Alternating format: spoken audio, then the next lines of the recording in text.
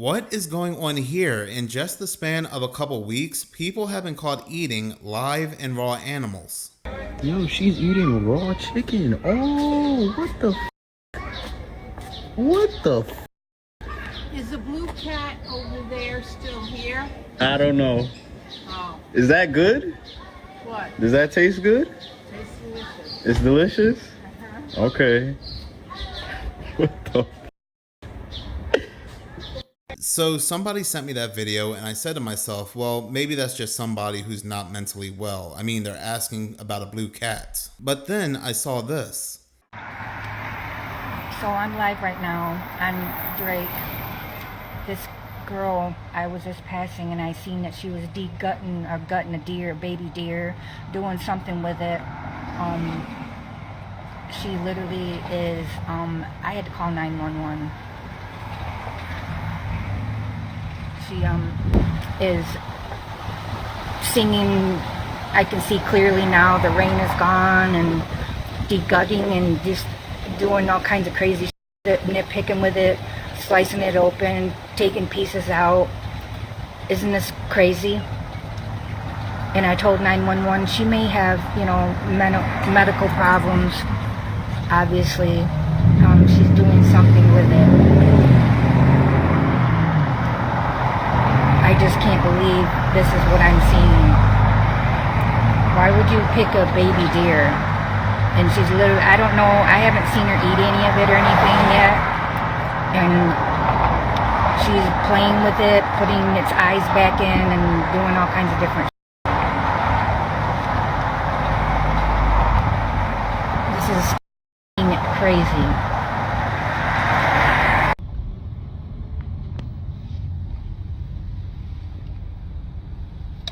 Bro, what the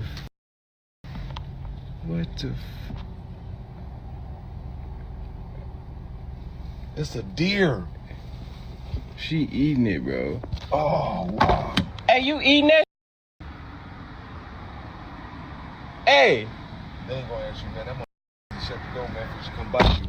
And then you Yeah, you heard dude said you... Now, technically, we don't see her eat it on camera. And who knows, right? Maybe she was, maybe she wasn't. We don't know what she was doing beforehand. But now news has come out that the Milwaukee Police and Health Department are reviewing a photo appearing to show a man eating a live rabbit. He was eating it as he was walking down the sidewalk, and authorities are saying it's possible no crime occurred, that he obtained the rabbit legally, but it's still disturbing nonetheless. Some are saying that this could lead to a zombie apocalypse or a new pandemic. Others are still saying mental health. You have others that are also saying demonic possession, which is interesting because I saw this clip of a woman opening up raw chicken at a supermarket and eating it, but come to find out that this was a movie back in 2014 called Devil's Due, where a woman becomes possessed and she starts eating raw meat. 75,000 files of children and babies being abused, and he says he's not going to stop, and the court lets him walk free, and the reason will enrage you, as will the judge. The man behind me is 82-year-old Louis Rumis, and Louis was found with over 75,000 files of CSAM that included babies as young as 6 months old. Police first raided his home back in April of 2024, seized laptops, phones, SD cards, hard drives, and other devices so packed with this stuff that officers eventually stopped counting. Even after that raid, while he was out on bail, he kept downloading more, later telling police that he enjoyed looking at the images and basically he wasn't going to stop, and he admitted it, not even a guilty plea. This was a sustained, deliberate habit built on the suffering of children whose abuse has been recorded, shared, and replayed for his gratification. At Southampton Crown Court, Judge Nigel Peters, let me show you this guy. This is Judge Nigel Peters, KC, and he gave Rumis an 18-month prison sentence and then fully suspended it, explicitly saying the only reasons for the suspension were his age and his guilty plea. Oh, and a fun fact here about Judge Nigel Peters, KC, he once told a 13-year-old girl that she was the predatory one after being the victim of a child abuser. Yes, really. So for tens of thousands of images of children and babies being abused and tortured, the consequences: go home, do some rehabilitation days, and hope that you don't reoffend. At 82, even though he says that he's not going to stop. And all of this is because he's quote-unquote too old for prison. That video came from Just in the Nick of Crime, and something's telling me it has nothing to do, of course, with the man's age or him pleading guilty, but who he and the judge are connected to. I bet if you go deep down the rabbit hole when it comes to this judge, you will find, I bet he's linked to some free peoples. Freemasons, probably the Royal Order of the Jesters, because this is screaming that this goes higher up the food chain. If you think the dead internet theory is as scary as I do, you need to watch this video because that is so real and it's insane. So this is a video, it's about the woman who walked into the water with the 2 dead fish, but just watch this, it's crazy. Y'all, as soon as I seen the video of the woman holding the 2 fish walking into the water, the first thing that came to my mind was, yeah, my God. There was a Y'all, as soon as I seen the video of the woman holding the 2 fish walking into the water, the first thing that came to my mind was, yeah, my God. In addition to that, She turns around. She's 2 dead fish in her. y'all, as soon as I seen the video of the woman holding the 2 fish walking into the water, the first thing that came to my mind was, y'all, as soon as I seen the video of the woman holding the 2 fish walking into the water, the first thing that came to my mind was, yeah, my God. In addition, y'all, There was a video. as soon as I seen the video of the woman holding the 2 fish walking into the water, the first thing that There was a video. the woman. So there's currently a video that's going viral, and This is only going to get worse and worse and worse. I remember these bots were just posting things, but now there are faces behind entire videos, and you don't know who is real and who's not. That video came from Real Ben. On March 11th of 2026, a father living in Florida would call the police on his ex-wife. And this would not be the first time he had reported her for harassment. You see, he had already moved on and found a new partner. However, he still shared custody of his kids with his ex-wife. And he explains to the officer that the harassment had been getting worse, and that the night prior he had received over 17 calls and 9 voicemails around 2 a.m. in the morning.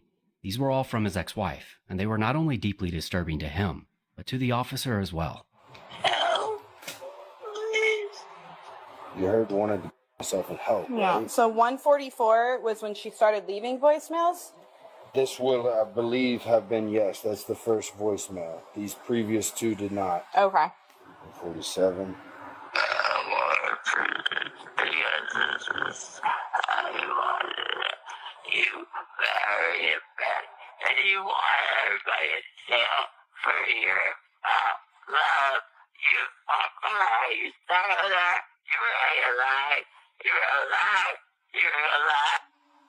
You were with her for many years. You're positive that is her voice? Yes. Okay. You can see as the officer documents these voicemails for her body cam that even she is surprised that these are completely unaltered in any way. But perhaps the most disturbing part is that they only seem to get worse as he continues to play them. I hope she gets some help from this. I hope that this leads to a good resolution because it's my kids. You know, this is their mom. It's scary.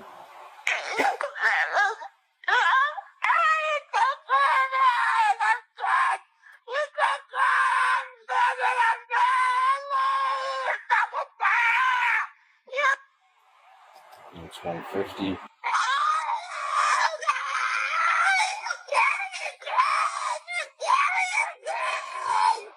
152. This is 154.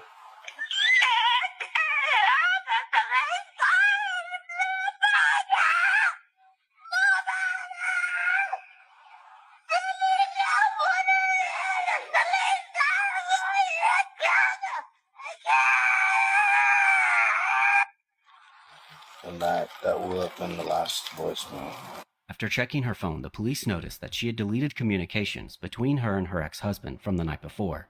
And based on all available evidence, they arrested her under the Florida statute of stalking. That video came from Real Horror Talk, and I really hope that type of love never finds me. And I also get it, right? Going back to the first segment, people can suffer from mental health issues. But I do also believe that there are people out there that have such a darkness in them, it just can't help but come out, and you get things like this. We have an interesting sky sighting coming out of Lincoln, Illinois, captured by a man named DJ. He was outside a gas station when he noticed something particular in the skies, and he claims it to be caused by aliens. Now, these specific type of clouds are coined as UFO clouds, but it looks like something out of a movie, out of a sci-fi movie. Like, think Independence Day, right before the aliens came in and invaded, how those mushroom clouds all of a sudden appeared. It really does look creepy. Take a look at this phenomenon. Comment below. Let us know what you think.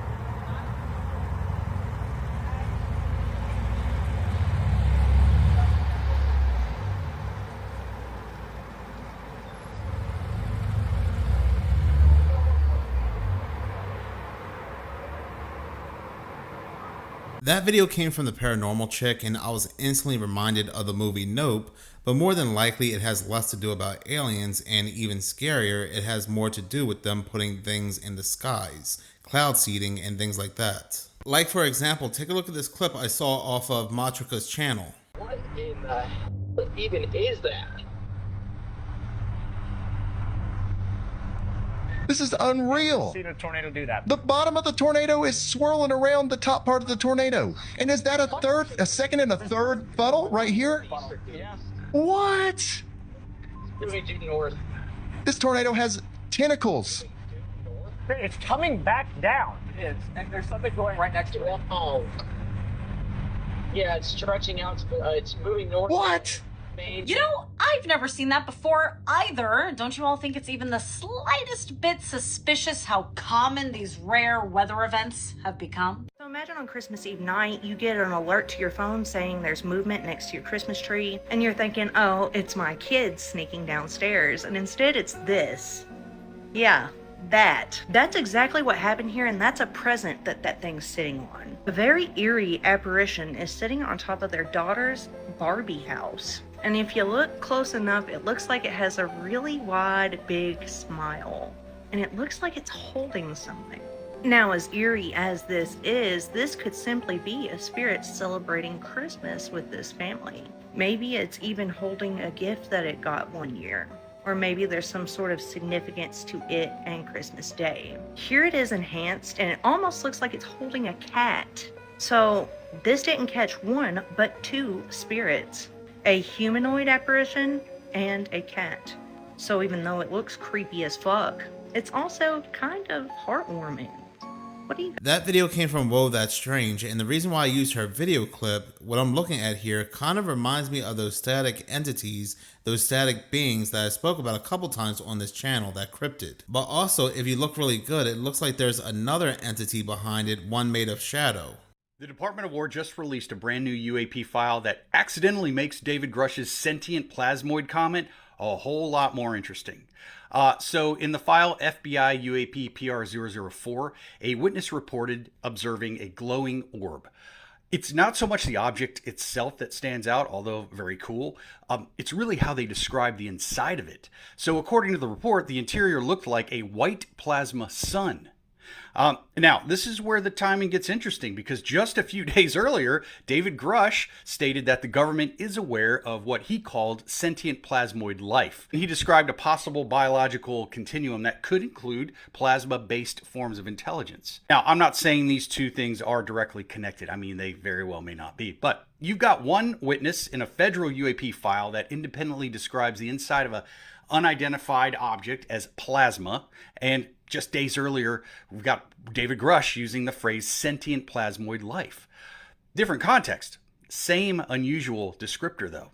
Coincidence? That great video came from Hallucination Hippies, and let's not forget either that it came out that scientists, plasma scientists, we're creating these plasmoids in a lab using something very similar to the Large Hadron Collider. They know exactly what they are, and now for whatever reason, they're releasing them more and more. I've been seeing quite a few of these above my city as well, which is, again, is interesting. My city is one of the 2 in Florida that has a nuclear plasma power plant. When all those mysterious drones were being seen all over the skies, probably the distraction, another thing people were seeing were these orbs.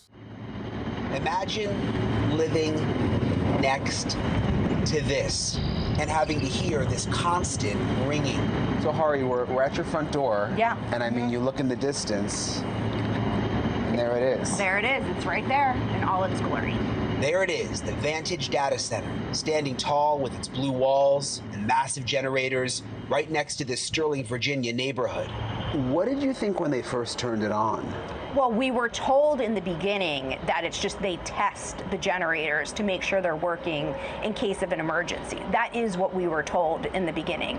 And then as the year and the months have gone on, they just never turned off? They're just never turned off. Hari says they told them the generators were just temporary. But that was more than a year ago. The massive data center was never hooked up to the power grid, so the generators are the only source of electricity. You just hear this noise, it's just like, you just want to curse, you know, it's that bad. Greg Pirio also lives right next door. Our concern is property values. Unless we can mitigate this, and we're talking about lawyers with options of what we can do and all that, you know, we know that we're not going to get the values for our homes that we could have gotten before. It's about more than money, it's quality of life. One neighbor here even put plexiglass up against the window to block the noise. And they have their own sound meters to monitor the noise. This is a dashboard that some of my neighbors set up. Virginia is the data center epicenter of the world. There are hundreds of them, consuming more than 25% of the state's power, driving up electric bills. They can build their own power plants as part of their factory, so that no one's prices will go up, and in many cases, prices of electricity will go down for the community, and very substantially down. President Trump's plan to keep the data centers off the power grid is good for keeping electric rates down, and there are positives with data centers. They create jobs when they're built, they create local tax revenue, which helps schools, it can help lower property taxes, and they're pretty much inevitable with the way we use technology these days, arguably becoming essential infrastructure. The neighbors here don't disagree, and they don't hate all data centers, but think they shouldn't be so close to neighborhoods. What would you say to people in other parts of the country where they hear, oh, a data center's considering coming? Do everything in your power to try to stop it from being built in an area that has any residential properties within, 10 to 15 miles of it. They always say the upside or the positive is that it brings jobs, but I don't know anybody working for a data center saying they're working for a data center. And if they are, it's probably few and in between, very few jobs for these data centers. These poor people are in a nightmare. Who's going to buy these homes so they can move? I mean, who wants to be right next to one of these massive data centers producing that kind of noise? So I'm not sure if you saw this. At the World Cup opening event, there's the map of the United States with the sideways letter A. And it was the opening ceremony, a bunch of different musical performances over the weekend. And this, I'm telling you, this is really interesting symbolism. I don't listen to mainstream pop music, but there's a guy named Future and then Tyla. I don't even know who they are. But when they start singing and they're saying, there ain't no stopping it, there ain't no stopping it, you see the letter getting rolled out and spread over the United States. And there's all this symbolism with World Cup or Olympics. There's always these weird ceremonies that happen. And I need to show you what is going on here because there's something occult that just means hidden, but there's a lot of hidden symbolism and ceremony and weird stuff that goes on. Because again, what are the odds of them drawing the letter A like this over the United States? It's almost exactly positioned where it needs to be. This was the solar eclipse omen the United States saw from 2017 to 2024. And I've written obviously about this extensively. Let me just show you what we're talking about. If you go back in history to the days of the prophet Jonah, it just so happens that this 7-year eclipse pattern was also present during the Assyrian Empire right here in purple. Ancient Assyria saw the same triple eclipse omen, just like the United States has in these last days. As you can see, There's the triple solar eclipse omen. Here's just a chart with the years of mankind. I show you how that all works in the book, but it's amazing that, yes, America has now seen what historically was the sign of Jonah. This is extremely important for walking into the future wisely, guys. Bible Prophecy Secrets. Grab your copy in the TikTok shop. We are the generation of the end. The top levels of the ruling class understand what's about to happen, and God has shown us a sign, and you need to be able to discern what it's all about in order to walk wisely. That video came from Abraham Ojeda, and the World Cup is just full of symbolism.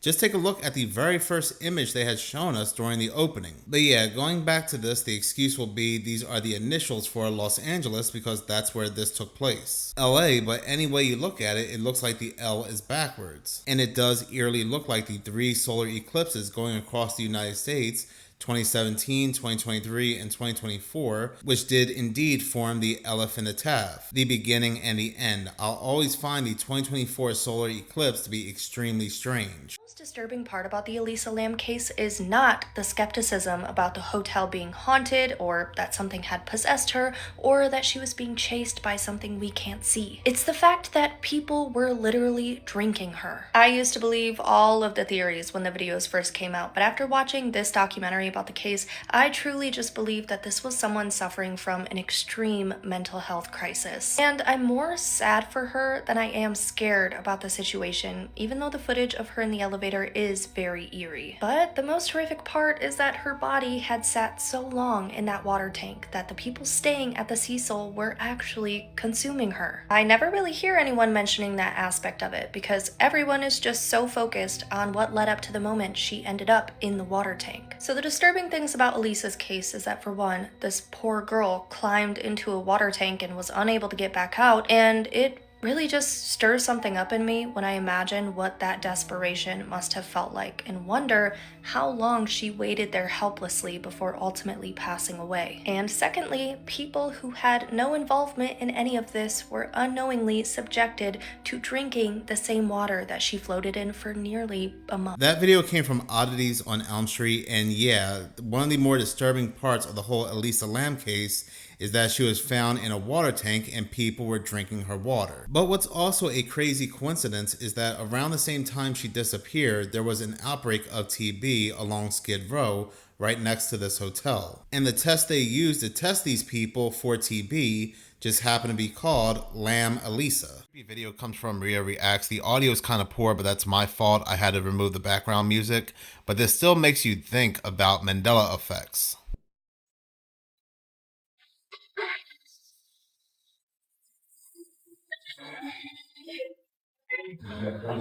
The big joke in this film was that she had braces. Yeah. So Jules, the man with the metal teeth, smiles at her. She smiles at her. She's got metal teeth. Now she doesn't have braces. That joke's gone. It's going to change. They have technology to change the past. You remember the scene, but something is missing. In Moonraker, everybody appears to remember the same thing.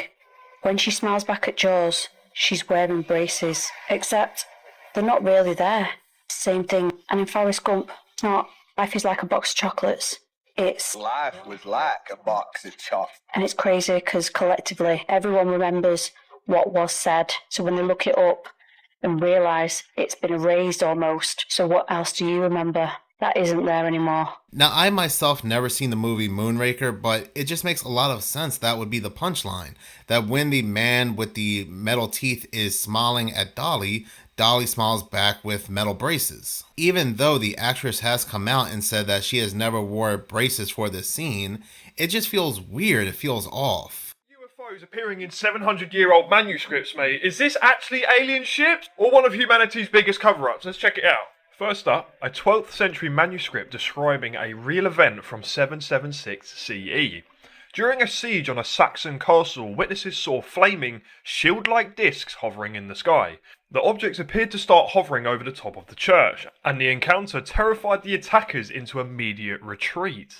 Now, historians say it could be meteors, but the descriptions sound awfully like modern UFO battles that we've heard throughout history. What do you think? Coincidence or a cover-up? Now let's jump to the 19th century Japan. There's an 1825 book retelling the legend of Utsurobun, or Hollow Ship. Fishermen found a round metallic vessel washing ashore, with a beautiful woman inside who spoke an unknown language and clutched a strange box. And there were unknown symbols inscribed inside the vessel itself. The woman wore fine clothes, spoke an unknown language, and clutched a plain wooden box she wouldn't let anybody touch. The vessel contained food, water, and decorated interiors, but no oars or sails. Then, unable to communicate with her specifically, the locals eventually put her back in the vessel and pushed her back out to sea, where she vanished off into the horizon. Now let's jump to the 17th century, Transylvania, a church fresco titled, Israel, Put Your Hope in the Lord. It shows a domed saucer-like object hovering over a fiery building. Trailing smoke like exhausts, local call it a symbol of divine protection, but UFO hunters see a classic flying saucer. Now this was found painted in a remote Romanian church. Why include this if this wasn't based on something I witnessed? The mystery deepens. Finally, the late 15th century St. Jeremiah's Contemplation, from the Urbanate Bible in the Vatican Museum. St. Jeremiah meditates amid mountains and towns, but in the sky, a glowing round object shoots a straight yellow beam like laser down to Earth. Religious visions or captured UFO tech. Now this Renaissance miniature blends the mystic and the mundane, leaving us to ask, were artists encoding alien sightings for future generations to behold? You let me know down below. What these ancient people had seen and drawn is just more proof that these things are not aliens, but it's something that has always been here. That video came from the Interstellar Discussion. I've heard of the Bermuda Triangle, but have you heard of the Bennington Triangle? The Bennington Triangle was a phrase coined by American author Joseph A. Citro. Between 1945 and 1950, several people went missing in this area. The area is in the Glastonbury Mountain. I probably said that wrong, correct me down in the comments, but it would include the towns of Bennington, Woodford, Shaftesbury, and Somerset. I do not have a picture of the first person who went missing, but that was Mitty Rivers, who was 74 when he went missing on November 12th of 1945. Mitty was an avid outdoorsman. He was frequently outdoors and he knew how to carry himself in the wilderness. He was last seen on Vermont Route 9 near Woodruff Rivers. Around 4 p.m. on November 4th of 1945, Mitty was last seen by a friend near the trail that he was walking, and then he failed to come home that night. Several searches were done of the area, but nothing was found until the next spring when a hiker found his handkerchief, but he just simply vanished. Paula Weldon would be the next person who went missing, and she disappeared on December 1st of 1946, and she was just 18 years old. Paula was a sophomore at the Bennington College. She left campus early that afternoon and was going to walk that same trail that Mitty was last seen on. Paula was seen by several people. Several people gave her directions, and she encountered many people. She was seen wearing a red jacket, jeans, and lightweight sneakers, but she was not carrying any camping gear. She did not plan to stay, according to the people who saw her. But the next day, Paula didn't show up to classes, and so an extensive search followed, and they found nothing. The FBI even became involved, and there was a $5,000 reward for her return, but she just simply vanished. The next person to go missing was a man named James Tedford. He disappeared on December 1st of 1949, so 3 days exactly after Paula went missing. James was a resident of the Vermont Soldiers' Home in Bennington. He had been visiting St. Albans, visiting relatives, and they had accompanied him to the local bus stop and watched him get on the bus back to Bennington.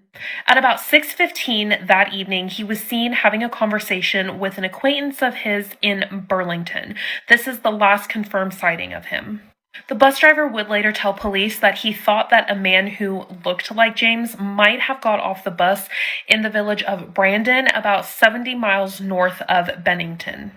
That same night, Brandon police investigated a man who was acting strangely in the village's downtown, but it would take an entire week for James to be reported missing. The superintendent of the home that he was staying at would report him missing on December 8th. Later news reports would indicate that James was mentally ill at the time of his disappearance, and his family did come forward and say that he was not very happy about returning to Bennington. But it also seems as if he vanished into thin air because nothing was ever found of him. Paul Jepson would be the next person to go missing, and he went missing on October 12th of 1950. Paul was going with his mother to do some errands and do some chores. They had a herd of pigs near the Bennington Town dump. They arrived at the dump at about 3:30 that afternoon, and she left Paul in the car while she went and tended to the pigs. When she came back 30 minutes later, Paul was gone. A search party was again arranged, and this time they had bloodhounds to come and track Paul's scent. The bloodhound would track his scent along an adjacent road to an intersection where the scent ended. Police believed that the rain washed away his scent, while his father believes that maybe somebody struck him and then hid the body. Other people speculate that the police didn't search enough because he might have been in the wooded area surrounding, which was not searched. Frida Langer is another person who went missing in this area, but her case is pretty much solved. But on October 28th of 1950, just 16 days after Paul went missing, Frida went with her husband on a hike. This was something that she did frequently. She was an avid hiker, hunter, she was very, very well versed in the outdoors world. This was not unusual for her to go hiking. But somewhere along the hike, she slipped and fell into the creek and told her husband that she was going to take a shortcut back to their cabin so that she could get changed. But when she didn't come back, her husband became worried and a search party went out looking for her. Frida did suffer from a seizure disorder, and her husband was worried that the cold had triggered a seizure and that she was lost somewhere in the woods. On May 12th of 1951, a fisherman found her body 3.5 miles southeast from the campsite. No cause of death was determined, but police theorized that she had fallen down an embankment and had drowned in the deep pond, and that then her body was flushed out months later. But all of these disappearances have led people to believe that maybe something more mysterious is going on in this area. So what are your thoughts on this? Do you think that there's something strange going on, or is it all just a coincidence? Let me know your thoughts down in the comments and follow for more spooky things. That creepy video comes from Amanda Thomas, and it just goes to show that there are so many creepy places in this world that have so much history attached to them. But in any case, thank you so much for watching. If you like this channel and you want to see more, please subscribe. If you're already subscribed, please like, as any engagement does help the channel grow. Once again, thank you so much for your support.